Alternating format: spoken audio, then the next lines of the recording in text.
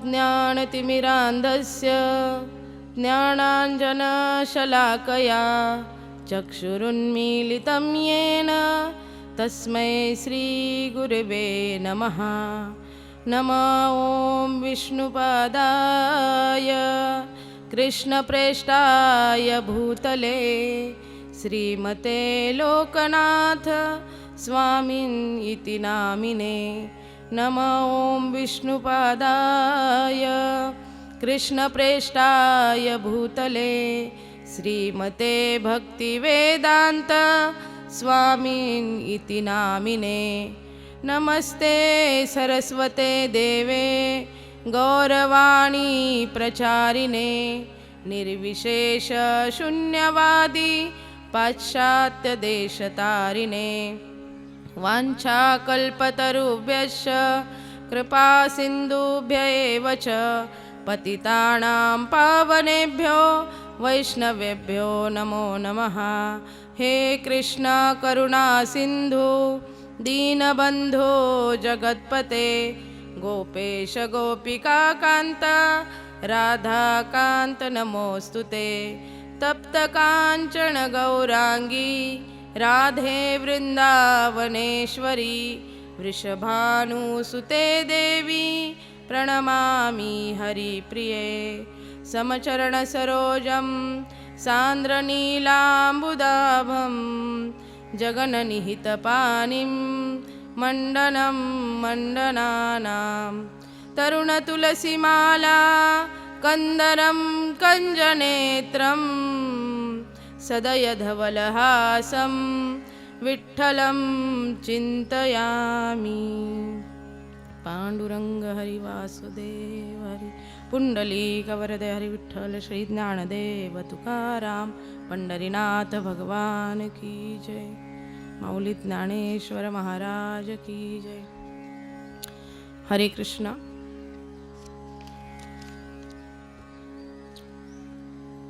अकारण करुणा वरुणालय पंढरीश पांडुरंग परमात्म्याच्या कृपेने विश्वमाऊली ज्ञानोबाराय जगद्गुरु संत तुकोबाराय आदी करून सकल संत समाजाच्या कृपा आशीर्वादाने गुरुवर्य तात्यासाहेब वासकर कोंडाजी बाबा डेरे व वाजवणे बाबा तसेच विठ्ठल महाराज लांडगे यांच्या आशीर्वादाने आणि परम आदरणीय हरिभक्तपरायण मारुती महाराज पवार यांच्या मार्गदर्शनात श्री संत गाडगे बाबा यांच्या पुण्यतिथी निमित्ताने संपन्न होत असलेला हा अखंड हरिनाम सप्ताह नामयज्ञ सोहळा आणि या नामयज्ञ सोहळ्यातील आजचा 7वा दिवस।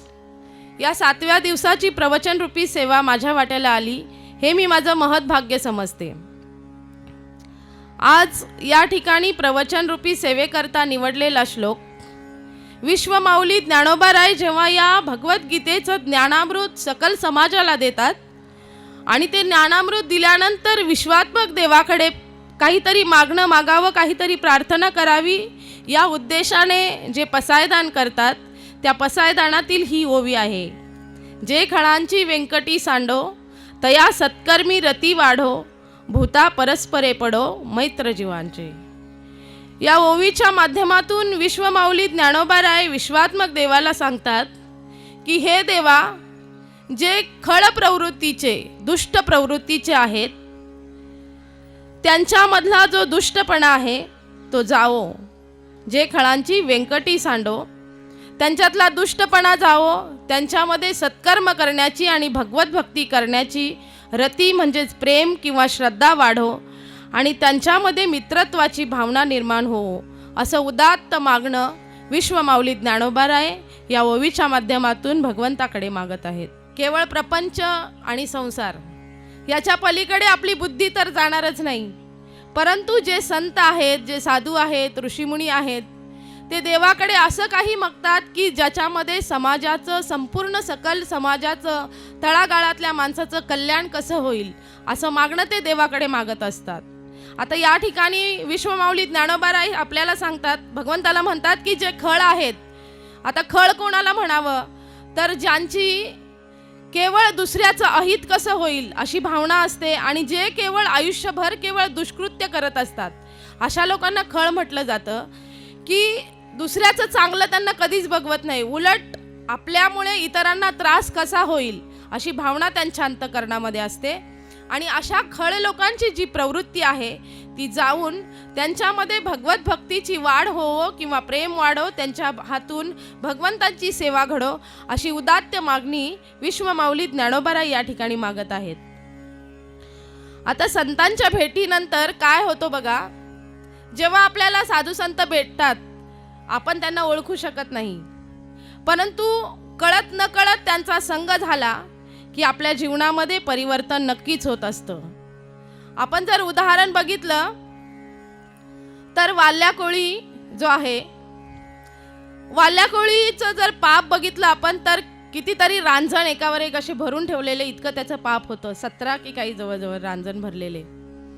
आयुष्यभर त्याने पापच केलं, इतरांना लुटलं, कुटुंबाच्या उदरभरणासाठी इतरांना त्रास दिला. परंतु ज्यावेळी नारद मुनींसारख्या संतांची संगती होते आणि त्यांची भेट होते, त्यानंतर त्यांच्या जीवनामध्ये जे परिवर्तन होतं, ज्या वाल्याकोळ्याने आयुष्यभर दुष्कर्म केलं तोच वाल्याकोळी पुढे जाऊन रामायणाची रचना करणारे महर्षी वाल्मिकी होतात.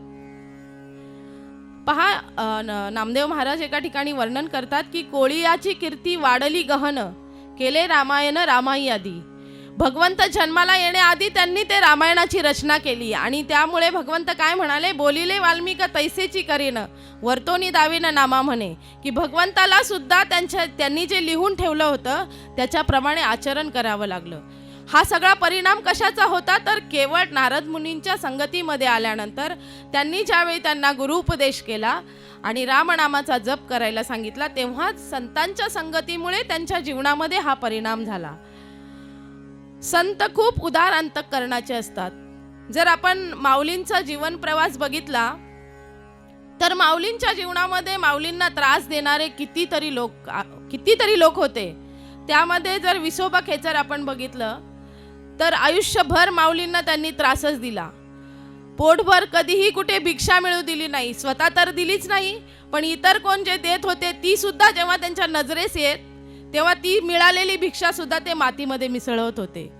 परंतु अशाही व्यक्तीचा माऊली उद्धार करतात आणि अशा व्यक्तीला सुद्धा गुरुतत्व प्राप्त होतं, जे पुढे जाऊन विसोबा खेचर नामदेवरायांचे गुरु झाले. म्हणजे एवढ्या उच्च पदाला जाण्याची पात्रता कोणामुळे आली तर संत श्री ज्ञानेश्वर महाराजांचा संग त्यांना लाभला आणि त्यांचा कृपा आशीर्वाद त्यांच्यावर झाला. त्यामुळे विसोबासारखा व्यक्ती पुढे जाऊन नामदेवरायांचे गुरु बनले. त्यांना खेचर असं म्हटलं जायचं कारण त्यांच्याकडे एक विद्या होती, जे स्वतःला हलकं करून आकाशामध्ये ते भ्रमण करू शकत होते. ती खेचरी विद्या ही त्यांना प्राप्त होती, म्हणून त्यांचं पुढे जाऊन नाव पडलं विसोबा खेचर. खेचर हे त्यांचं नाव नाही ऑलरेडी, परंतु त्यांच्या ती सिद्धी त्यांना प्राप्त झाल्यामुळे त्यांना विसोबा खेचर असं म्हटलं गेलं. म्हणजे हे सगळं होतं ते संतांच्या संगतीमुळे. संतांच्या संगतीचा महिमा तर खूप अगाध आहे. बघा, सगळेच्या सगळे संत वर्णन करतात, अर्धा क्षण घडे संतांची संगती तेने होय शांती महत पापा, की अर्धा क्षण जरी आपल्याला संतांची संगती घडली तरी सुद्धा आपल्या आयुष्यात आपण जी जी पापं केली आहेत त्या सगळ्या पापांचं काय होतं, निर्मूलन होतं, शांती होते. पहा, एका ठिकाणी वर्णन केलं की साधुसंग सर्व शास्त्रे कय, साधुसंग सर्व शास्त्रे कय, लवमात्र साधुसंग सर्व सिद्धी होय. की लवमात्र जरी साधुसंग आपल्या जीवनामध्ये झाला तर आपल्या जीवनामध्ये जे आमूलाग्र बदल होत असतात त्याची आपल्याला गिनती सुद्धा करता येणार नाही. राजस्थानमध्ये एक चोर, म्हणजे खानदानी चोर होता, घाटम त्याचं नाव असं होतं, घाटम. आणि खानदानी त्यांचा पेशा होता चोरी करणं. वडिलांनी सांगितलं की जिथे कुठे सत्संग चालू असेल, कथा कीर्तन चालू असतील, अशा ठिकाणी तू थांबायचं नाहीस, कारण आपला तो पेशा नाही, आपला उदरनिर्वाह ज्याच्यावर चालतो तो पेशा आहे चोरी करणं. आणि जर तू या मार्गात गेलास तर तू चोरी करणं सोडून देशील. त्यामुळे वडिलांनी सांगितलं की तू जिथे कुठे जाशील तिथे जर कुठेही सत्संग चालू असेल तर त्या ठिकाणी तू थांबायचं नाहीस. मग घाटमदास काय करायचे, कुठेही जात असताना जर असं वाटलं एखादं मंदिर दिसलं तर डोळे बंद करून उडी घेत त्या ठिकाणाहून निघून जायचे. कुठे जर सत्संग चालू असेल, कीर्तन चालू असेल तर आपल्या दोन्ही कानात बोटं घालायचे आणि कानात बोटं घालून आपल्या कानावर कुठलाही शब्द पडू नये, कारण वडिलांनी आपल्याला अशी आज्ञाच केलेली आहे. त्याच्यामुळे ते कानात बोटं घालून धावत धावत त्या रस्त्याने निघून जायचे. एके दिवशी काय होतं, एका राजाच्या राजवाड्यामध्ये ते चोरी करतात आणि चोरी करून तिथून निघालेले असतात. निघालेले असताना रस्त्यात येताना एका ठिकाणी मोठा भागवत सप्ताह चालू असतो. खूप सारा समाज तिथे जमलेला असतो आणि व्यास जे असतात ते खूप सुंदर असं देवता लोकांचं, स्वर्गाचं वर्णन करत असतात की स्वर्गातील देवता कशा आहेत, त्यांचं वर्णन त्या ठिकाणी चाललेलं असतं. आणि एवढ्यात हा घाटम त्या रस्त्याने येत असतो. कानात बघतो तो की इथे सत्संग चालू आहे, कानात बोटं टाकतो, परंतु तो धावत असताना काय होतं, त्याच्या पायामध्ये काटा भरला जातो. काटा भरल्यावर त्याला असह्य वेदना होतात. आता काटा तर काढणार आहे, पण बोट कानामध्ये, काटा काढणार कसा? मग त्याने काय केलं, एक कानातलं बोट काढलं, एक कानातच ठेवलं आणि त्या बोटाने तो काटा काढायचा प्रयत्न करू लागला. तो काटा काढेपर्यंत त्याच्या कानावर शब्द पडतात की स्वर्गातील देवता कशा आहेत, ज्यांची सावली या मृत्यू लोकात ते आल्यावर त्यांची सावली इथे पडत नाही. त्याचबरोबर स्वर्गातील देवता ज्यावेळी या मृत्यू लोकात येतात ते या जमिनीवर पाय ठेवत नाही, अधांतरी असतात. आणि हे त्याने ऐकलं, परंतु तो इग्नोर केलं, त्याने दुर्लक्ष केलं त्या गोष्टीकडे आणि तो त्याने काटा काढला पायातला आणि पुन्हा चालू लागला. आता इकडे राजाच्या सैन्यांना माहीत पडलं की आपल्या राज्यात कोषागृहामध्ये चोरी झाली आहे. आता चोराला पकडायचं म्हणून राजाचं सैन्य त्याच्या मागे धावत होतं, परंतु त्यांना माहीत नाही की हा कुठच्या दिशेने गेला. आणि मग त्यांना काय होतं, एक व्यक्ती सांगते की हे जे सगळे आपल्या राज्यातले दरोडेखोर आहेत ते एका गुहेमध्ये जाऊन, काली मातेचं एक मंदिर आहे, त्या मंदिरात जाऊन सगळेजण हे आलेलं धन जमा करतात आणि मग सगळे वाटून घेतात. आता राजाच्या सैन्यांना माहिती झाल्यानंतर राजाचे सैन्य अगोदर त्या गुहेत जाऊन बसले. त्या गुहेत गेल्यानंतर एकाने काय केलं, ती देवीची मूर्ती उचलली आणि बाजूला नेऊन ठेवली आणि स्वतः त्या देवीचा वेश परिधान केला आणि त्या जागेवर उभा राहिला. सगळेच्या सगळे दरोडेखोर एक एक करून सगळे त्या गुहेमध्ये जमा झाले आणि हा घाटम जो होता तो सुद्धा आपलं सगळं जे जमा केलेलं धन होतं चोरी केलेलं ते घेऊन त्या ठिकाणी आला. त्या ठिकाणी आल्यानंतर त्याने बघितलं की देवी समोर उभी आहे आणि अचानक देवी प्रसन्न होते. देवी सांगते की मी तुम्हाला प्रसन्न झाले आहे, माझ्याकडे काय वर मागायचा तो तुम्ही मागू शकता. मग ह्याच्या लक्षात येतं की देवी आजपर्यंत कधीही प्रसन्न झाली नाही आणि जर ही देवी असेल तर हिचे पाय जमिनीवर कसे, कारण त्या सत्संगामध्ये त्याने ऐकलं होतं की देवता लोकांचे या मृत्यू तलावर आल्यानंतर ते तिथे पाय ठेवत नाहीत जमिनीवर, पण हिचे तर पाय खाली जमिनीला टेकलेले आहेत. त्याच्यानंतर काय होतं, ती ज्या ठिकाणी उभी असते त्याच्याबरोबर उजव्या बाजूला तिची सावली पडलेली असते, परंतु ह्याने ऐकलेलं असतं की देवता लोकांची सावली सुद्धा पडत नाही आणि हिची तर सावली पडले, म्हणजे ह्याच्यामध्ये काहीतरी गडबड आहे असं त्याच्या लक्षात आल्याबरोबर त्याने काय केलं, जे आपलं धन होतं ते तिथेच सोडलं आणि स्वतःचा जीव वाचवावा म्हणून तो त्या ठिकाणाहून निघून गेला. निघून गेल्यानंतर त्याच्या असं लक्षात येतं की मी फक्त अर्धा क्षण, पायातला काटा काढेपर्यंत 2 वाक्य माझ्या कानावर पडली आणि त्या 2 वाक्यांमुळे माझा जीव वाचला. आणि त्या दिवशी त्याने पूर्ण शरणागती स्वीकारली आणि तो चोरीचा व्यवसाय सोडून भक्ती मार्गात तो जॉईन झाला आणि तिथून पुढे त्याने नामस्मरण करून सर्वोच्च पदाला प्राप्त झाला.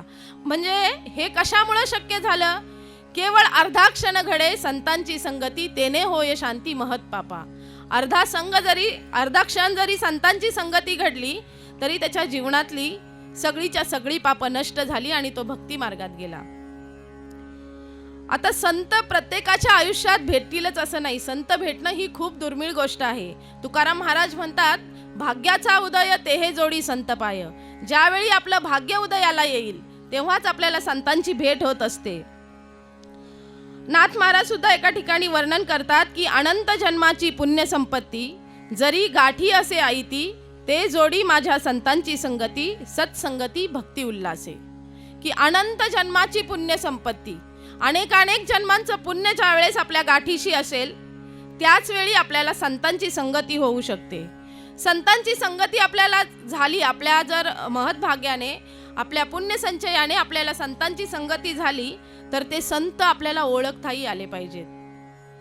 कारण आज आपण कलियुगात जर बघितलं तर सगळेजण प्रत्येकाला संत म्हणून घेतात, परंतु चोखामेळा ज्याप्रमाणे सांगतात की उस डोंगा परी रस नाही डोंगा, काय भुललासी वरलिया लंगा. आपण या वरच्या रंगाला भुलून जातो आणि नको त्यालाच संत मानतो आणि आपलं आयुष्य त्यांच्या स्वाधीन करतो आणि चुकीच्या मार्गाने जातो. परंतु जे संत असतात ते दिसतात वेगळे, परंतु त्यांचे जे गुण असतात, जी लक्षणं असतात ती वेगळी असतात. पहा, आपण जर रामायणातील प्रसंग बघितला तर सीता मातेला सुद्धा संत ओळखता आले नाहीत. ज्यावेळी रावण साधूचं रूप घेऊन आला त्यावेळी सीता मातेला सुद्धा ओळखता आलं नाही आणि सीता मातेने एक साधू पुरुष समजून भिक्षा देण्यासाठी त्या आल्या आणि स्वतःचं अहित करून घेतलं आणि रावण त्यांना उचलून घेऊन गेला. म्हणून संत जर ओळखायचे असतील तर भगवद्गीतेचा 12वा अध्याय आपण पाहावा. अद्वेष्टा सर्व भूतानां मैत्र करुण एवच, निर्ममो निरहंकारो सुख दुःख समसुख दुःख क्षमी. की जे अद्वेष्टा सर्व भूतानां म्हणजे कोणत्याही जीवाचा तिरस्कार करत नाही, ज्यांना अहंकार मान अपमान ह्याच्याशी काही घेणं देणं नसतं. समसर्वेषु भूतेषु जे सर्वांच्या ठिकाणी समभाव पाहत असतात. समशत्रौच मित्रेच तथा मानापमानयो, तुल्य निंदा स्तुतिर्मौनी संतुष्टो येन केनचित, अनिकेत स्थिरमती भक्तिमान्यो प्रियो नरहा. की भगवंत या ठिकाणी वर्णन करतात की माझा भक्त जर ओळखायचा असेल ना तर तो कसा ओळखावा की समशत्रौच मित्रेच, की ज्याच्यासाठी शत्रू आणि मित्र दोघेही समसमान आहेत. समशत्रौच मित्रेच तथा मानापमानयो, की ज्याला मान अपमान या दोन्हीही परिस्थितीमध्ये जो कायम स्थिर असतो. तथा तुल्य निंदा, ज्याची कोणी कोणाशी तुलना केली किंवा ज्याची कोणी निंदा केली किंवा ज्याचं कोणी प्रशंसा केली तरीही तो विचलित होत नाही आणि सर्वांभूती समभाव ठेवतो. असा जो भक्त आहे त्याला साधू म्हणावं. ही साधूची लक्षणं असे बरेचसे श्लोक भगवंताने 12व्या अध्यायात वर्णन केलं आहे. त्याचबरोबर ब्रह्मभूत प्रसन्नात्मा न शोचती न कांक्षती समसर्वेषु भूतेषु मदभक्ती लभते पराम. ब्रह्मभूत अवस्था ज्याला प्राप्त झालेली असते, जो सदैव प्रसन्न आत्मा असतो, जो न शोचती की जो म्हणजे कुठल्याही गोष्टीचा शोक करत नाही, न कांक्षती, कांक्षती म्हणजे इच्छा करणे, जो कुठलीही इच्छा करत नाही, आणि समसर्वेषु भूतेषु मदभक्ती लभते पराम, की अशाच व्यक्तीला माझी भक्ती प्राप्त होत असते. म्हणून आपण अशा संतांची संगती करणं फार गरजेचं आहे. संत कसे असतात तर जगी पिशाचवत परी अंतरी शहाणा, ब्रह्मानंदी जाना निमग्न तो.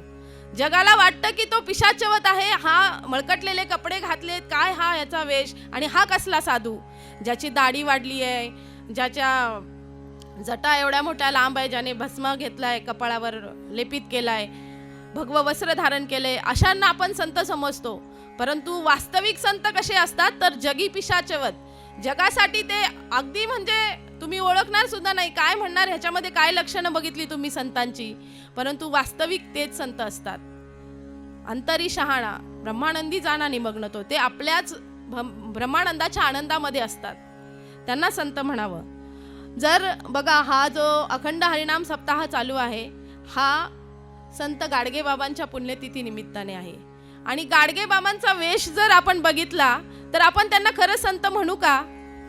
पहा ना त्यांचा वेश कसा आहे, ठिगळं लावलेली कपडे, एक खापर, जे डोक्यावर ऊन लागलं तर डोक्यावर घ्यायचं, पाऊस आल्यावर डोक्यावर घ्यायचं आणि त्याच खापरामध्ये अन्न ग्रहण करायचं.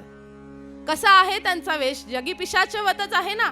आपल्याला आपण म्हणू शकणार नाही की हे संत असू शकतात, परंतु ते वास्तविक संत होते. जगाच्या कल्याणा संतांच्या विभूती, देह कष्टविती परोपकारे, स्वतःचा हित कशात आहे हे नाही तर जगाचं हित, दुसऱ्यांचं हित कशात आहे हे जाणणारे संत असतात.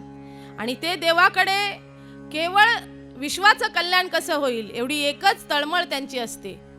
संत गाडगेबाबांच्या जीवनातला जर आपण एक प्रसंग बघितला तर बाबांचं नाव डेबूजी झिंगराजी जानोरकर, अमरावती जिल्ह्यामध्ये त्यांचा जन्म झाला. बाबा लहान असताना खूप गरिबीचे हालाकीचे दिवस होते. खाणंसुद्धा 2 टायमाचं खाणंसुद्धा त्यांना मुश्किल होतं आणि मोलमजुरी करून पोट भरायचे. एकदा दिवाळीचा सण असतो आणि बाबा आपल्या मालकाच्या दारात जाऊन उभे राहतात. त्यावेळी तो मालक पुरणपोळी खात असतो. मालकाने विचारलं, बाबांना बघितलं दारामध्ये आणि मालकाने विचारले, काय रे डेबू, काय बघून राहिलास? अमरावतीकडची भाषा अशी, काय रे डेबू, काय बघून राहिलास? तेव्हा डेबूजी म्हणतात, काय नाही जी, तुम्ही जशी तुपासंग पोळी खाता ना तशी मला पण खायची आहे. आणि बाबांची अशी इच्छा होती की मला सुद्धा ती पुरणपोळी खायला मिळावी. परंतु तो मालक इतका निर्दयी होता, तो उठला, ताटावरून उठला आणि कोपऱ्यामध्ये काट्याचा फोक ठेवलेला होता. तो काट्याचा फोक घेऊन आला आणि बाबांना म्हणाला, तुला पुरणपोळी खायची आहे ना, मग हात पुढे कर. बाबांनी हात पुढे केले आणि त्या निर्दयी मालकाने त्या काट्याच्या फोकाने इतकं जोरात बाबांच्या हातावर मारलं की सगळ्या हातामध्ये बाबांच्या काटे घुसले आणि बाबांना नखशिकांत वेदना झाल्या, असह्य वेदना झाल्या. परंतु बाबा एक शब्दही न उच्चारता सरळ निघून गेले तिथून. आणि निघून गेल्यानंतर रस्त्याच्या बाजूला जाऊन त्या हातातले काटे काढू लागले. ते काटे काढत असताना रस्त्याने एक माणूस चाललेला असतो. तो विचारतो की डेबू, काय करून राहिलास? तेव्हा बाबा सांगतात, काय नाही जी, मालकाने दिलेली पोळी तुपासंग खातोय. पण बाबा म्हटले नाहीत की मला त्या मालकाने मारलं. म्हणजे पहा तुम्ही कसे असतात संत, की दुसऱ्याला वेदना होतील ही भावना कधीच त्यांच्या मनात नसते. स्वतःला कितीही वेदना झाल्या तरी ते सहन करत असतात. आणि हेच बाबा, हाच डेबू जेव्हा मोठे होऊन गाडगे बाबा बनतात तेव्हा त्यांच्या कीर्तनासाठी लोक त्यांची दिवसेंदिवस तासनतास वाट बघत असत. एकदा एक मोठा व्यापारी बाबांना म्हणाला की बाबा, आज तुम्ही आमच्या गावी कीर्तनासाठी यावं अशी माझी खूप इच्छा आहे. त्यावेळी बाबा म्हणाले, ठीक आहे, मी तुझ्या गावी येईल. तू तर गडगंज संपत्ती आहे तुझ्याकडे, मी तुझ्या गावी कीर्तनासाठी येईल, पण माझी एक अट आहे. व्यापारी म्हणाला, सांगा बाबा, तुम्ही जी पण अट असेल ती मी मान्य करायला तयार आहे. बाबा म्हणाले, मी गावी येतो, पण संपूर्ण गावाला तू पुरणपोळीचं जेवण जर खाऊ घालत असशील तर मी तुझ्या गावी येतो. होय म्हणाला बाबा, तुम्ही जर येणार असाल तर एक गाव काय, मी अशा 10 गावांना पुरणपोळीचं जेवण देईल. बाबा म्हणाले, ठीक आहे. ठरला दिवस कीर्तनाचा. बाबा कीर्तनाला गेले. कीर्तन खूप छान रंगात आलं. कीर्तन संपल्यानंतर पंक्ती बसल्यानंतर बाबा स्वतः ते पुरणपोळीचे बादली किंवा जे वाढण्यासाठी भांडे होते ते घेऊन स्वतःच्या हाताने सर्वांना ती पुरणपोळी वाढत होते. सगळे लोक जेवून झाले. त्यावेळी बाबांचा आत्मा अगदी शांत झाला. बाबा सगळ्यांना बघत होते एका कोपऱ्यात बसून. आता सगळे लोक जेवून झाल्यानंतर तो व्यापारी बाबांकडे गेला आणि म्हणाला की बाबा, आता सगळे लोक जेवून झाले, आता आपण सुद्धा 2-2 घास खाऊन घेऊया. त्यावेळी बाबांनी दिलेलं उत्तर असं होतं की हे बाळा, पुरणपोळी खाण्याची माझी हौस लहानपणीच फिटली. आज या सगळ्यांना पुरणपोळी खाऊन बघताना माझा आत्मा तृप्त झाला आणि माझी भूकही शांत झाली. म्हणजे पहा तुम्ही कसे असतात संत. त्या ठिकाणाहून बाबा निघाले. बाबा कधीही एका गावात थांबत नसत. त्या ठिकाणाहून ते निघाले आणि एका बैलगाडीत बसले आणि आता दुसऱ्या गावी जायचंय. परंतु थोड्याच अंतरावर बैलगाडी गेली आणि बाबांचं लक्ष त्या बैलांकडे गेलं. बघितलं तर बैलांची पोटं खपाटीला गेली होती. त्यांच्या पोटात काहीही नव्हतं आणि त्या बैलांच्या अंगात त्राणही नव्हता.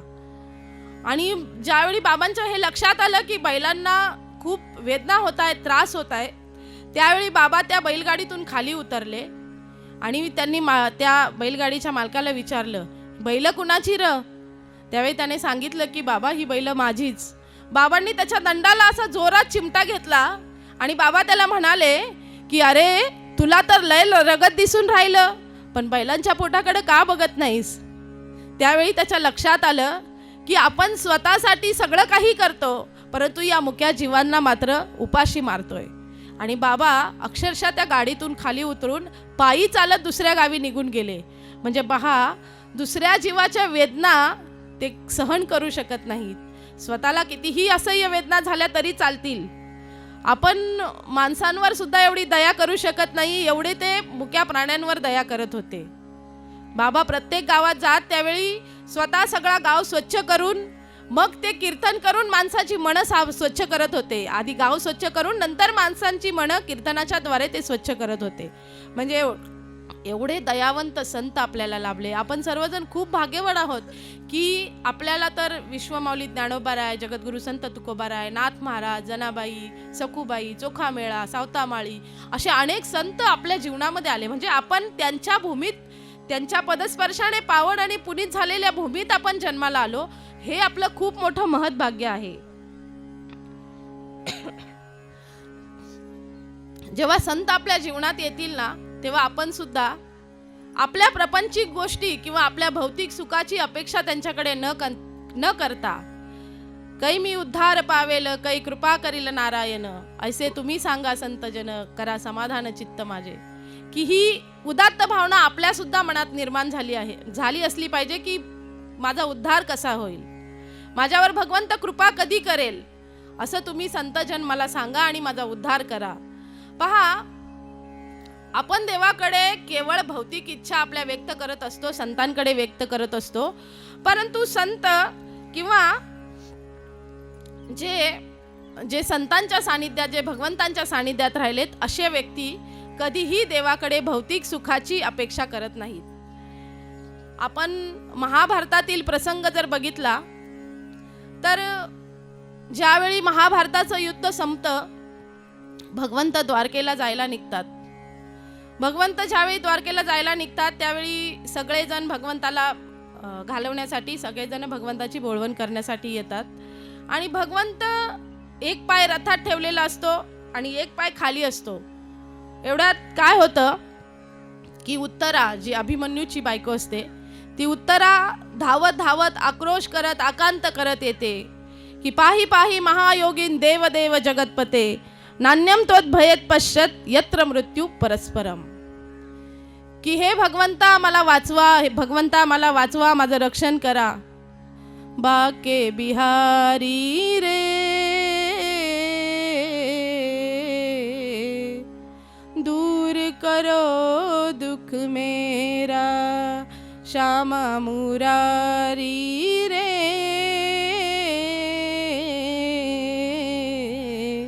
दूर करो दुख मेरा, दूर करो दुख मेरा,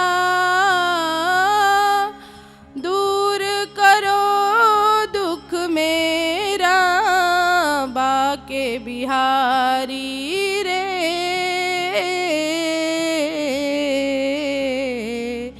दूर करो दुख मेरा, श्यामा मुरारी रे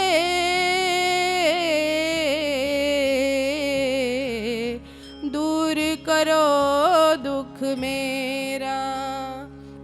की हे भगवंता मला वाचव, माझं रक्षण कर.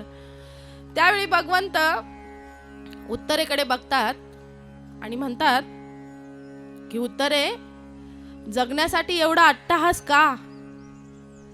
अगं, जिचा पती मरण पावला तिला जगण्याचा काही अधिकार नाही, मग तू एवढा अट्टहास का करतेस? त्यावेळी उत्तरा सांगते की हे प्रभो, हे जगन्नाथ, हे जगन्नायक, ज्या दिवशी माझा पती त्या युद्धभूमीवर मरण पावला ना, त्याच दिवशी ही उत्तरा सुद्धा मरण पावली. परंतु या पांडवांचा जो वंश माझ्या पोटात वाढतोय ना, त्याच्यासाठी मला जगण्याची इच्छा आहे. आणि भगवंता, केवळ तुम्हीच माझं रक्षण करू शकता. कारण अश्वत्थाम्याने ब्रह्मास्त्र तिच्या गर्भावर सोडलेलं असतं आणि त्यामुळे तिला असह्य वेदना होत असतात. आणि यातून केवळ भगवंतच आपल्याला वाचवू शकतो, अशी आशा ती घेऊन भगवंतांकडे जाते. आणि भगवंत सांगतात की मी तुला अभयदान देईल, मी तुला वाचवेल, पण माझं एक मागणं आहे तुझ्याकडे. ती सांगते, अरे देवा, मी तर मरणाच्या दारात उभी आहे आणि तू माझ्याकडे काय मागतोस, मी तुला काय देऊ शकते. त्यावेळी बघ म्हणाले उत्तरे, तुम्हाला नक्कीच एक गोष्ट देऊ शकते. त्यावेळी उत्तरा सांगते की मागा देवा, तुम्हाला जे हवं ते मी द्यायला तयार आहे. आणि भगवंत सांगतात की तुझं मातृत्व मला दे. पहा, त्या उत्तरेची कूस किती श्रेष्ठ असेल, जिथे भगवंतांनी प्रवेश करण्यासाठी तिची अनुमती मागितली. किती पवित्र तिची कूस असेल. आणि त्या उत्तरेची पवित्रता, तिचं जे मातृत्व पाहून भगवंत प्रसन्न होतात आणि भगवंत अंगुष्ठ रूप धारण करून, शंखचक्र गदा धारण करून त्या उत्तरेच्या गर्भामध्ये प्रवेश करतात आणि राजा परीक्षिताचं रक्षण करत असतात. आणि तिचं रक्षण करत असताना, आतमध्ये गर्भाचं रक्षण करत असताना, तेच भगवंत बाहेरही उभे असतात रथामध्ये. ते उत्तरेला विचारतात की उत्तरे, वेदना कमी झाल्या ना ग? होय होय देवा. तुझा त्रास कमी होतोय ना? होय देवा. तुझा तो अंगाचा दाह होत होता तो कमी झाला ना? होय देवा. हे सगळं कुंती बघत असते. आणि कुंती बघत असताना कुंती म्हणते की खरंच देवा, कसा आहेस तू? तूच त्या ठिकाणी तिच्या गर्भामध्ये जाऊन त्या गर्भाचं रक्षण करतोय आणि बाहेर राहूनही तूच तिची सांत्वना करतोयस की हे उत्तरे, तुझ्या वेदना तर कमी झाल्या ना? तुला आता त्रास तर होत नाही ना? म्हणजे कसा आहे भगवंत. तर कुंती त्या ठिकाणी भगवंताची स्तुती करते की नमस्ते पुरुषम त्वाद्यम ईश्वरम प्रकृते परम अलक्षम सर्वभूतानाम अंतर्बहिर व्यवस्थितो.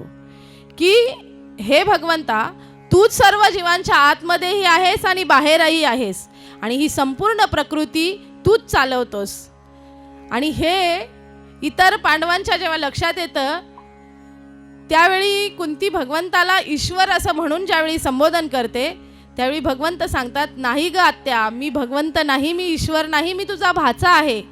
नाही म्हणाली, तू माझा भाचा आहेसच, परंतु तू त्याही आधी भगवंत आहेस. या संपूर्ण सृष्टीचं रक्षण करणारा तू आहेस.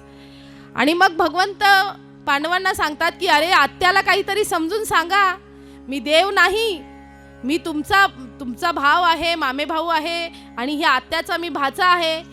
परंतु पांडवही सुद्धा ज्यावेळी हे दृश्य बघतात की उत्तरेचा जो गर्भावर जे ब्रह्मास्त्र सोडलेलं असतं, तो उत्तरेचा दाह शांत झालेला पांडव ज्यावेळी बघतात, त्यावेळी पांडवांच्याही लक्षात येतं की नाही देवा, तू खरंच ईश्वर आहेस आणि तू सतत आमच्या पाठीशी उभा आहेस. आणि मग भगवंत म्हणतात, ठीक आहे म्हणाले, तुम्हाला जर असं वाटतं मी देवच आहे, तर मग आता देव म्हणून माझंही काहीतरी कर्तव्य आहे. मग तुमच्या इच्छा पुरवणं हे माझं कर्मच आहे. मग सांगा, तुमच्या प्रत्येकाच्या इच्छा सांगा, त्या मी पुरवण्याचा प्रयत्न करतो. म्हणजे आपण हे सगळं का बघतोय की आज जो दिवस आहे तो मागणीपर प्रकरणातील आहे आणि आपण देवाकडे काय मागावं ही भावना आपल्या लक्षात यावी म्हणून हा प्रसंग वर्णन करण्याचा उद्देश आहे. की ज्यावेळी भगवंत प्रत्येकाला विचारतात की आता तुम्ही माझ्याकडे मागा, त्यावेळी पहिल्यांदा भगवंत युधिष्ठिराला सांगतात की तू मोठा आहेस, तू अगोदर माग. युधिष्ठिराकडे गेल्यानंतर युधिष्ठिर भगवंताला सांगतात की हे प्रभो, धर्मण दूसर सत्य समाना आगम निगम पुरुष बखाना. की हे प्रभो, माझ्या आयुष्यामध्ये सत्य हाच माझा धर्म आहे आणि मी आयुष्यभर त्याचं पालन केलं. हा सत्याचा धर्म आयुष्यभर माझ्या जीवनामध्ये जोपर्यंत माझा देह आहे तोपर्यंत हा टिकून राहू दे, अशी भावना युधिष्ठिर व्यक्त करतात आणि हे मागणं भगवंतांकडे मागतात. त्यानंतर युधिष्ठिराचं झाल्यानंतर भगवंत भीमाकडे येतात. आता भीम म्हटल्यावर काय हो, भीम काय मागू शकतो, सर्वांना माहितीच आहे. भीमाने सांगितलं की देवा, तू माझा जो जठराग्नी दिलाय तो सतत प्रज्वलित असतो, तो शांत करण्यासाठी मला खाता पिता तुझं स्मरण होऊ दे. म्हणजे बघा किती चतुर आहे भीम. खाणं पिणंही मागितलं आणि भगवंताचं स्मरणही मागितलं. दोन्ही गोष्टी त्यांनी त्या ठिकाणी देवाकडे मागितल्या की मला खाता पिता देवा तुझं स्मरण होऊ दे. त्यानंतर भगवंत तथास्तु म्हणाले आणि पुढे अर्जुनाकडे आले. अर्जुनाकडे आल्यानंतर अर्जुनाला विचारलं की अर्जुना, आता तुझी बारी आहे, आता माग, तुला काय मागायचंय माझ्याकडे. आणि अर्जुनाकडे आल्यानंतर अर्जुन भगवंताला म्हणतात की हे देवा, मी कसा कसा तुझा वापर करून घेतला रे, मला कळला नाहीस तू. माझ्या रथाचं सारथी म्हणून तू माझं सारथ्य केलंस आणि मी तुला त्या ठिकाणी आज्ञा करत होतो. जो माझा अधिकार नाही आहे तरी सुद्धा मी तुला आज्ञा करत होतो की सेनयोरुभयोर्मध्ये भयरमध्ये स्थापयित्वा रथोत्तमा, की माझा रथ या ठिकाणी घेऊन चल, इथून तिथे घेऊन चल, अशा अनेक आज्ञा मी तुला त्या ठिकाणी करत होतो. आणि ज्यावेळी माझा रथ तू दोन्ही सैन्याच्या मध्ये नेऊन उभा केलास, त्यावेळी मी समोरच्या पक्षामध्ये, कौरवांच्या पक्षामध्ये ज्यावेळी मी माझ्या आप्तेष्टांना पाहिलं, त्यावेळी माझी अवस्था जी होती, कार्पण्य दोषो परुत स्वभावा पुष्यामी ताम धर्मसमूढ चेता, की माझा मोह त्या ठिकाणी मला निर्माण झालेला. आणि त्यावेळी काय झालेलं की शिदंती मम गात्राणी मुखमच परिशुष्यते, की माझा सर्वांग कापत होतं आणि माझं मुख कोरडं पडलेलं होतं. मला सुचत नव्हतं की मी काय करू. माझ्या हातातलं धनुष्य गळून पडलं आणि समोर सगळे आपले नातेवाईक बघितल्यानंतर मला तो मोह आवरला नाही. आणि अशा या परिस्थितीमध्ये शिष्यस्तेहम शादी माम त्वाम प्रपन्नम, ज्यावेळी तू माझा शिष्य म्हणून स्वीकार केलास आणि मला जो उपदेश केलास, त्यानंतर जी माझी अवस्था होती की नष्टो मोहा स्मृतिर्लब्ध्वा त्वत्प्रयासात मयाच्युत स्थितोस्मी गतसंदेह करिष्ये वचनम तव, की हे देवा, तू मला ज्यावेळी उपदेश केला त्यावेळी माझा मोह नष्ट झाला, मला स्मृती प्राप्त झाली आणि तू जे वचन दिलंस मला, जे वचन म्हणजे जे तू सांगितलंस त्याप्रमाणे मी करण्याचा प्रयत्न केला आणि आज या पदाला येऊन पोचलो. तर हे प्रभो, आपल्यामध्ये जो गुरु शिष्याचा भाव आहे, हाच भाव आयुष्यभर अखंड असाच राहू दे आणि तुझं स्मरण मला होत राहू दे. प्रत्येक वेळी तू माझ्या पाठीशी उभा राहा. भगवंत हो म्हणाले, तथास्तु. त्यानंतर भगवंत नकुल सहदेवाकडे गेले.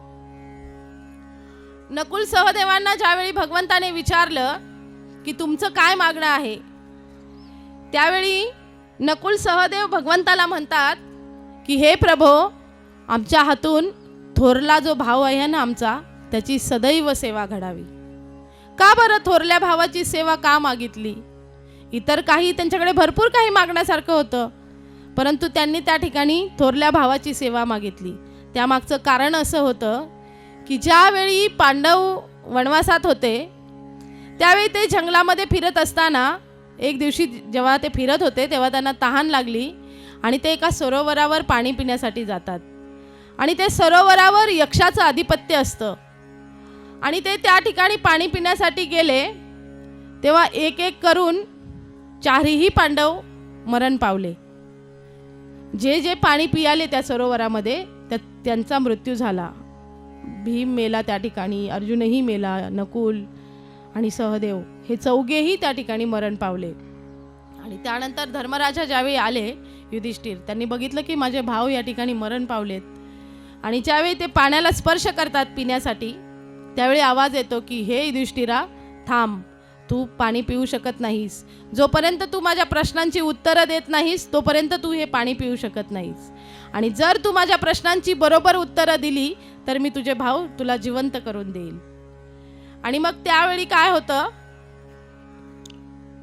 जे युधिष्ठिर असतात ते पाणी पिण्याचं थांबतात आणि त्यांना शरण येऊन सांगतात की तुम्ही मला प्रश्न विचारा, मी उत्तर देण्याचा प्रयत्न करतो. आणि ज्यावेळी यक्षाने त्यांना प्रश्न विचारले त्यावेळी त्या प्रश्नांची उत्तरं अगदी बिनचूक अशी युधिष्ठिर महाराज देतात. आणि मग यक्ष प्रसन्न होऊन सांगतो की आता सांग, मी ह्यातलं कोणाला जिवंत करू, सगळ्यात आधी मी कोणाला जिवंत करू. त्यावेळी युधिष्ठिर महाराज म्हणतात की ह्या चौघांपैकी नकुल किंवा सहदेवाला तुम्ही आधी जिवंत करा. का म्हणाले? भीम का नको, अर्जुन का नको? भीम जर जिवंत झाला तर तुला एवढा मोठा पाठीमागून सपोर्ट राहील की किती बलाढ्य आहे तो.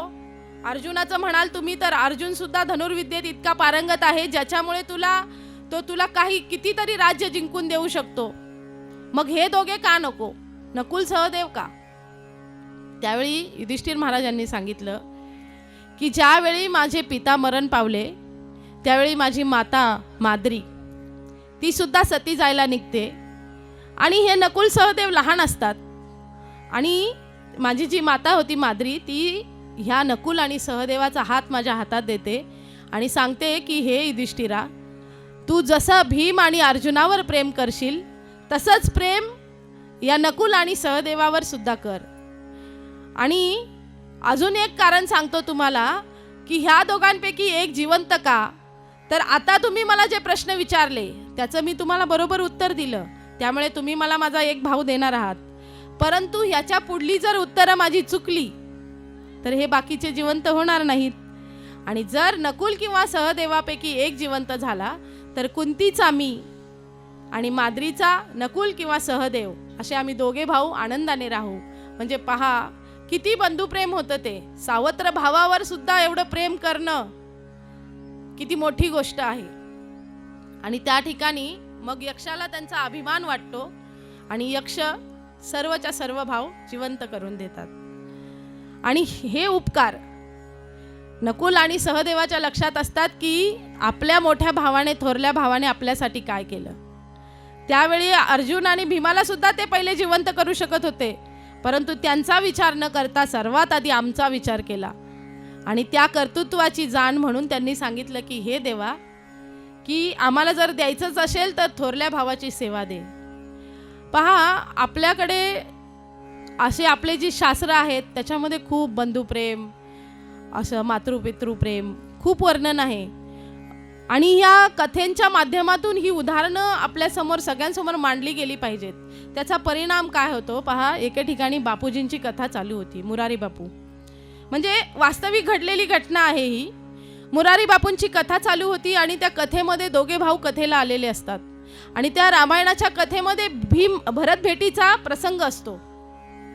आणि तो प्रसंग ऐकल्यानंतर या भावांच्या मनामध्ये आपोआप बंधुप्रेम जागृत होतं.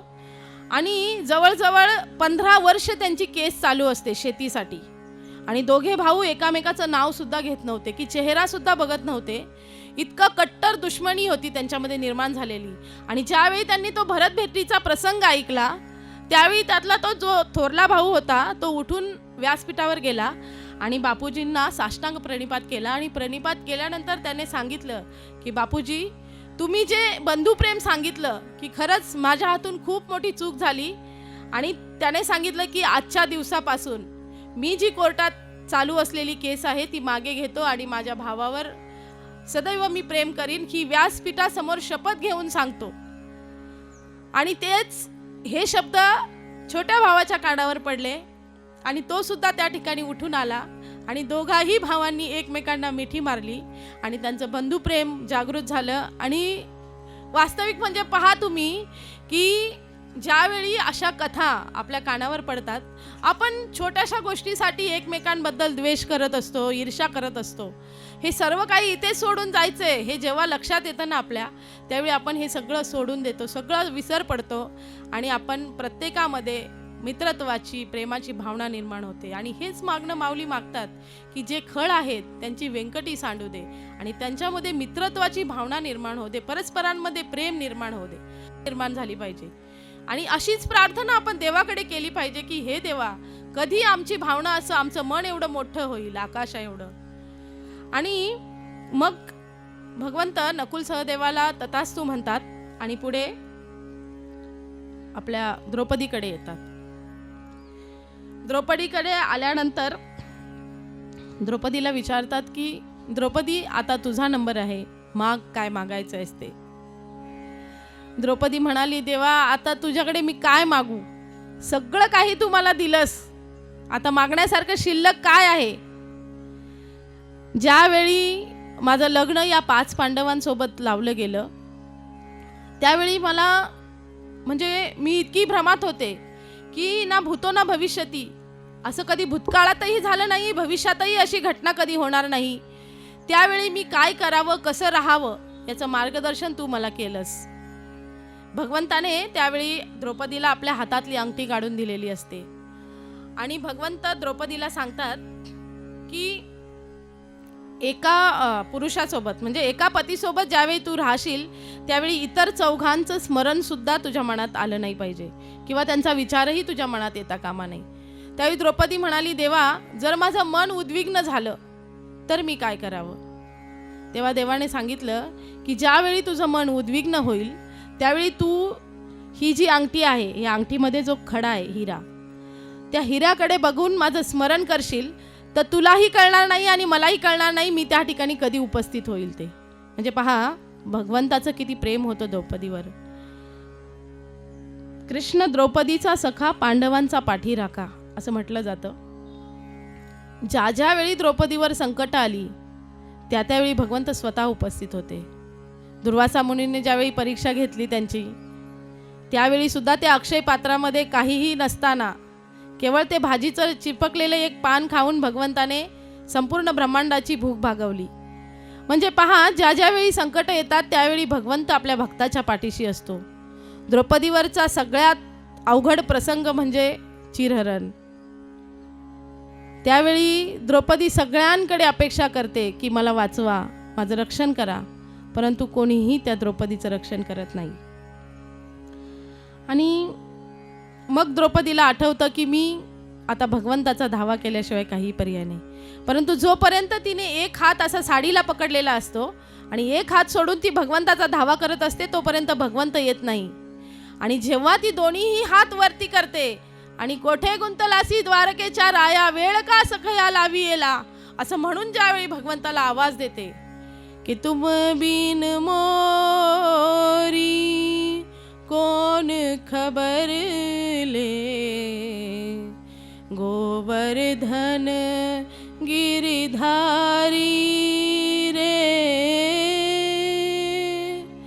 गोवर्धन गिरधारी रे, तुम बिन मोरी कौन खबर ले, गोवर्धन गिरधारी रे, गोवर्धन गिरधारी रे.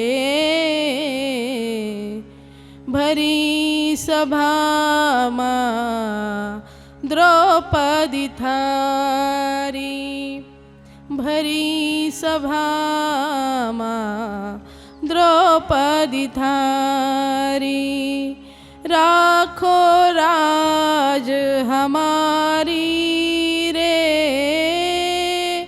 गोवर्धन गिरधारी रे, गोवर्धन गिरधारी रे,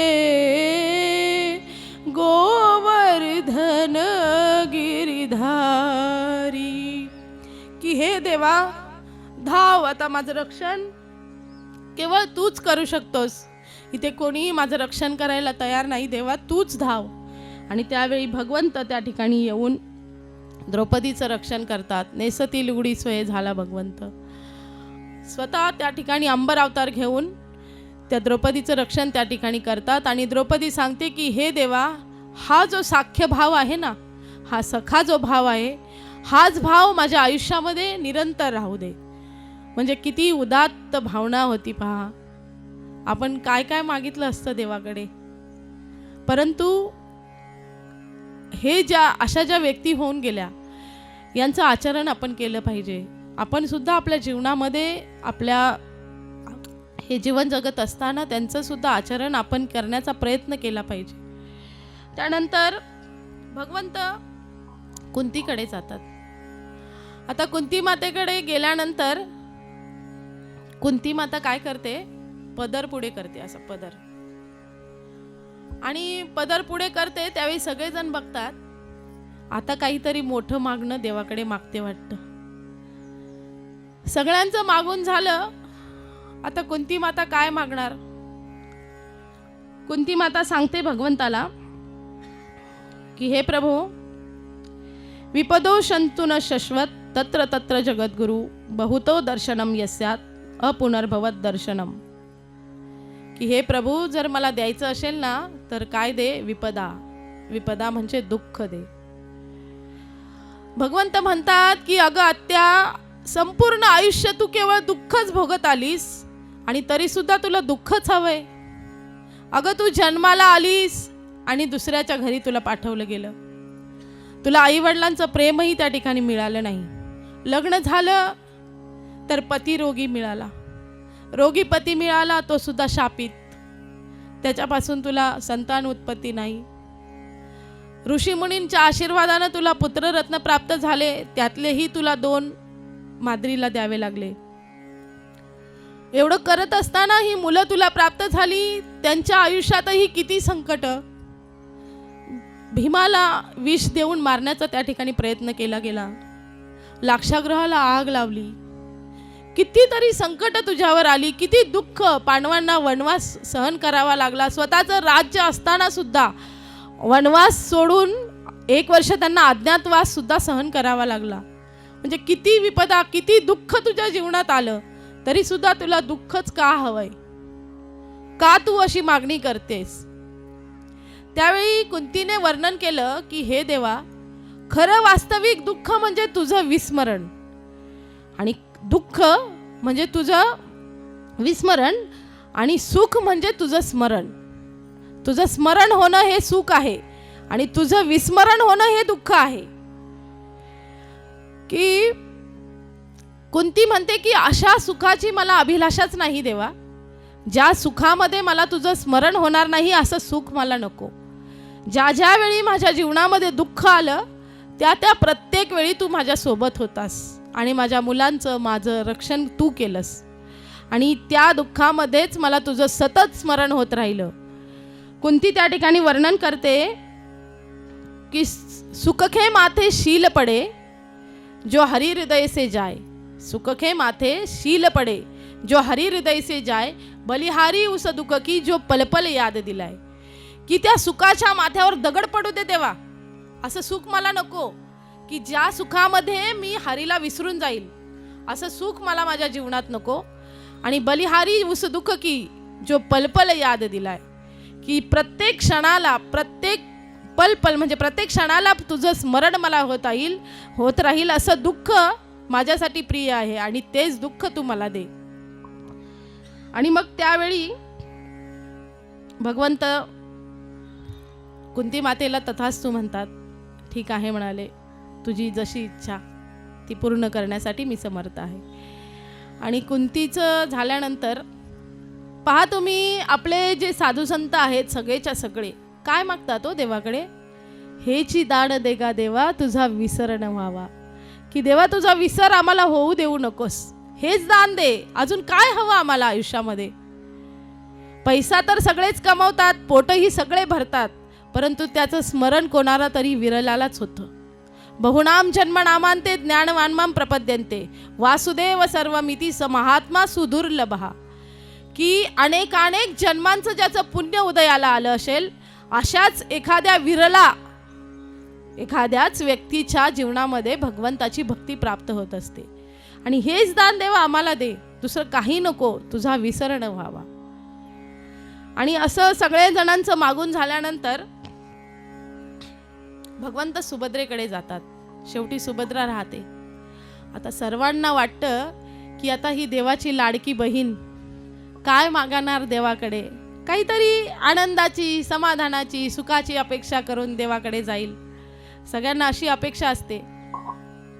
कुंतीला वाटतं हिने जर संसारिक काहीतरी मागितलं तर माझ्या कुळाला बट्टा लागेल. कारण आत्तापर्यंत ज्यांनी मागितलंय त्याच्यामध्ये कोणाचाही स्वार्थ नव्हता, सगळ्यांचा उदात्त हेतू होता. आणि कुंतीने जर काही संसारिक गोष्ट मागितली तर माझं कुळाचं नाव खराब होईल, माझ्या पांडवांचं नाव खराब होईल.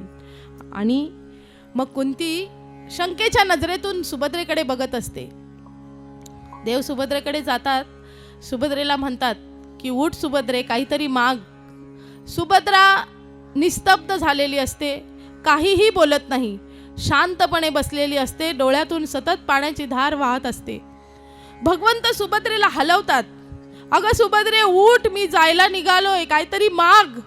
सर्वांचं मागून झालं तर तूच एकटी राहिली आहेस, काहीतरी माग सुभद्रे. त्यावेळी सुभद्रा भानावर येते आणि भगवंतांसमोर हात जोडून उभी राहते आणि त्या ठिकाणी म्हणते, कृष्ण त्वदीय पद पंकज पंजरांते अद्वैव मे विशतु मानस राजहंस प्राण प्रयाण समये कफवात पित्तो कंठावरो धनविदो स्मरणम कुतस्तो. की हे देवा, ज्यावेळी मी हा देह ठेवेल, अंतकाळी ज्यावेळी मी हा देह ठेवणार असेल त्यावेळी ज्या असह्य वेदना होतात आणि त्यावेळी तुझं स्मरण कुठल्याही परिस्थितीत होत नाही.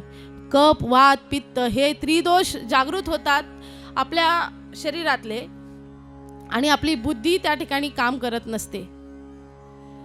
आणि त्यावेळी मला तुझं स्मरण कसं होईल? माझी बुद्धी असह्य झालेली असणार, मी वेदनेच्या भानात असणार, त्यावेळी मला तुझं स्मरण कसं होणार? का तुझं स्मरण होणार? कारण तूच म्हणतोस की अंतकालेच मामेव स्मरण मुक्त्वा कलेवरम य प्रयाती समद्भावम याती नास्तत्र संशय, किंवा यम यम वापी स्मरण भाव तजंते अंते कलेवरम तम तमेवेती कौंतेय सदा तद्भाव भावित. की अंतकाळी ज्याच्या मुखामध्ये माझं नाव येईल तो माझ्या धामाला किंवा मला प्राप्त होईल. किंवा यम यम वापी स्मरण भाव तजंते अंते कलेवरम, की ज्यावेळी आपण हा देह ठेवत असतो त्यावेळी आपली जशी भावना असेल तसा आपल्याला पुढचा जन्म प्राप्त होत असतो. अंतीची या मती अवधारी जेव पुढली गती, की ज्यावेळी आपण अंतकाळी जशी भावना आपल्या मनामध्ये असेल तसा देह आपल्याला प्राप्त होत असतो. आणि जर भगवंताचं नाम आपल्या मुखात आलं तर आपल्याला भगवंताच्या धामाची आणि भगवंताची प्राप्ती करत असते. तुकाराम महाराज सुद्धा म्हणतात, अंतकाळी ज्याच्या नाम आले मुखा तुका म्हणे सुका पार नाही. आणि हे भगवंताचं नाम माझ्या मुखामध्ये येण्यासाठी असं काहीतरी कर देवा की तुझं नाव माझ्या मुखामध्ये आलं पाहिजे. इतना तो करना स्वामी जब प्राण तन से निकले, गोविंद नाम लेके मेरे प्राण तन से निकले. इतना तो करना स्वामी जब प्राण तन से निकले, गोविंद नाम लेके मेरे प्राण तन से निकले. श्री गंगा जी का तट हो, यमुना का बंसी बट हो. श्री गंगा जी का तट हो, यमुना का बंसी बट हो. मेरा सावरा निकट हो, जब प्राण तन से निकले. इतना तो करना स्वामी जब प्राण तन से निकले. की हे प्रभो, तुला द्यायचंच आहे ना तर एवढंच दे की मला ज्यावेळी माझे प्राण माझ्या शरीरातून निघत असतील त्यावेळी मला तुझं दर्शन होऊ दे आणि तुझं नाव माझ्या मुखात येऊ दे. गोविंद नाम लेके मेरे प्राण तन से निकले. आणि त्यावेळी कुंतीला इतकं समाधान वाटतं, कुंती टाळी वाजवते आणि इतका अभिमानाने तिचा ऊर भरून येतो की खरंच माझ्या घराण्याची सून सुभद्रे तू आज शोभलीस. सर्वांना वाटलं होतं की तू काहीतरी संसारिक मागशील, परंतु आम्ही सगळे तुझ्या पुढे फिके पडलो. आम्ही सर्वांनी तरी काहीतरी स्वार्थ मनात ठेवून भगवंताचं स्मरण मागितलं, परंतु तू शेवटचा काळ यासाठी केला होता अट्टहास, शेवटचा दिवस गोड व्हावा आणि तो शेवट गोड करण्याचं मागणं तू आज भगवंताकडे मागतेस. खरंच तू धन्य आहेस सुभद्रे. असं म्हणून सुभद्रेला सर्वांनी नमस्कार केला त्या ठिकाणी आणि भगवंतांनी तथास्तु म्हणून भगवंत द्वारकेला निघून गेले. म्हणजे या ठिकाणी एकच सांगायचंय मला की आपण भगवंतांकडे काय मागावं. आणि जर आपल्याला मनुष्य देह भगवंतांनी दिलाय, एवढा अनमोल देह आपल्याला प्राप्त झालाय, तर या देहाचं कल्याण करण्यासाठी आपण भगवंतांकडे तशीच मागणी केली पाहिजे. आणि कारण याच देहामध्ये आपण भगवंतांची प्राप्ती करू शकतो आणि अंतकाळी भगवंताचं नाम आपल्या मुखात येऊ शकतं की जन्मलाभ परपुंसा अंते नारायण स्मृती. यासाठीच हा सगळा खटाटोप चालू आहे. एवढे मोठमोठे नामयज्ञ केले जातात, भागवतमच्या कथा केल्या जातात, शिवमहापुराण केलं जातं, नवे नवे हरिपाठ कीर्तन भजन हे सगळं कशासाठी केलं जातं तर त्या भगवंताचं नाव अंतकाळी आपल्या मुखामध्ये यावं. आणि अशी भावना आपण सर्वांनी असं मागणं भगवंतांकडे मागितलं पाहिजे. आणि म्हणून याच उद्देशाने आज मागणीपर प्रकरणातील ओवी म्हणून जे खळांची व्यंकटी सांडो तया सत्कर्मी रती वाढो भूता परस्परे पडो मैत्र जीवांचे, ही ओवी आज प्रवचनरूपी सेवेकरता घेतण्यात आली. आणि जसं जमेल तसं तोडक्या मोडक्या वाणीने प्रयत्न केला सर्वांसमोर मांडण्याचा. काही चुकलं असेल तर तो माझ्या वाणीचा दोष आणि जे बरोबर असेल ती माझ्या सद्गुरूंची कृपा. आणि याचबरोबर झालेली ही प्रवचनरूपी सेवा मी भगवंताच्या चरणी समर्पित करते. रामकृष्ण हरी. विठ्ठल विठ्ठल विठ्ठल विठ्ठल विठ्ठल विठ्ठल.